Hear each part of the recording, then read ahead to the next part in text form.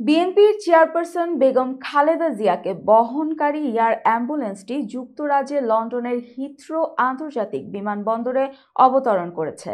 আজ বুধবার বাংলাদেশ সময় বিকেল 2:58 অ্যাম্বুলেন্সটি সফলভাবে অবতরণ করে।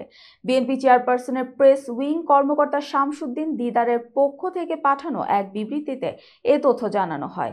এর আগে গতকাল মঙ্গলবার রাত 11:46 হযরত শাহজালাল আন্তর্জাতিক বিমানবন্দর থেকে খালেদা জিয়াকে নিয়ে উড্ডয়ন করে এয়ার অ্যাম্বুলেন্সটি কাতারের দোহা লন্ডনের হিথ্রো বিমানবন্দরে যায়।